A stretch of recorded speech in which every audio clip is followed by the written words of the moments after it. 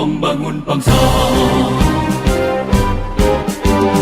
Berkhidmat untuk umat dalam keberagaman, bersatu padu bergerak dan berkarya, wujudkan negeri yang damai.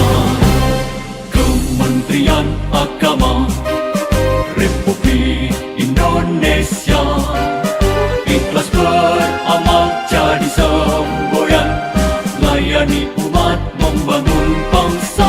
Ikhlas beramal jadi semboyan, layani umat membangun bangsa.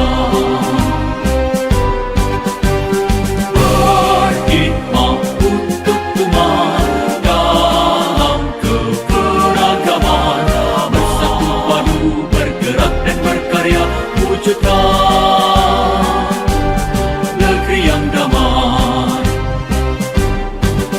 Berkhidmat untuk umat, membina, membimbing dan mendidik, wujudkan masyarakat taat beragama, wujudkan masyarakat sejahtera lahir dan batin.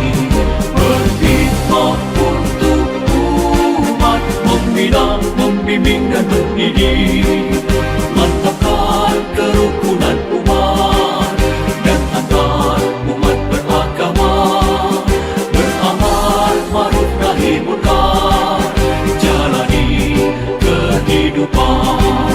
Khidmat untuk umat, untuk perdamaian, untuk Indonesia Jaya. Khidmat untuk umat, untuk perdamaian, untuk Indonesia Jaya. Berkhidmat untuk umat, membina, membimbing dan mendidik, wujudkan masyarakat taat beragama, wujudkan masyarakat sejahtera lahir dan batin. Berkhidmat untuk umat, membina, membimbing dan mendidik, mantapkan kerukunan umat dan antar umat beragama, beramal ma'ruf nahi munkar, jalani kehidupan. Khidmat untuk umat, untuk perdamaian, untuk Indonesia Jaya. Khidmat untuk umat, untuk perdamaian, untuk Indonesia Jaya. Indonesia Jaya.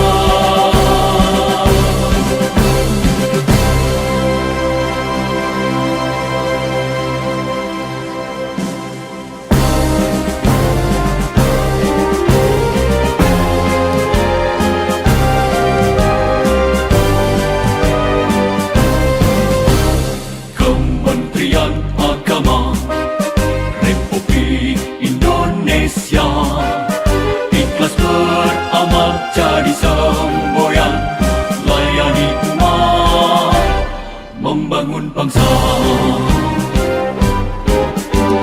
Berkhidmat untuk umat dalam keberagaman, bersatu padu bergerak dan berkarya, wujudkan negeri yang damai. Kementerian Agama Republik Indonesia ikhlas beramal jadi semboyan, layani umat membangun bangsa. Ikhlas beramal jadi semboyan, layani umat membangun bangsa. Berkhidmat untuk umat dalam keberagaman, bersatu padu bergerak dan berkarya, wujudkan negeri yang damai. Berkhidmat untuk umat, membina, membimbing dan mendidik, wujudkan masyarakat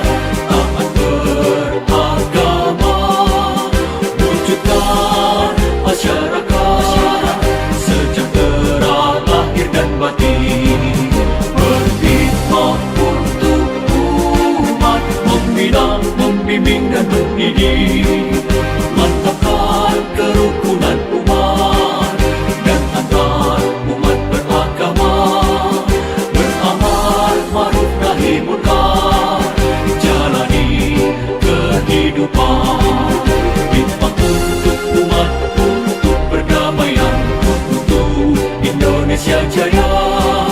Hikmat untuk umat, untuk perdamaian, untuk Indonesia Jaya.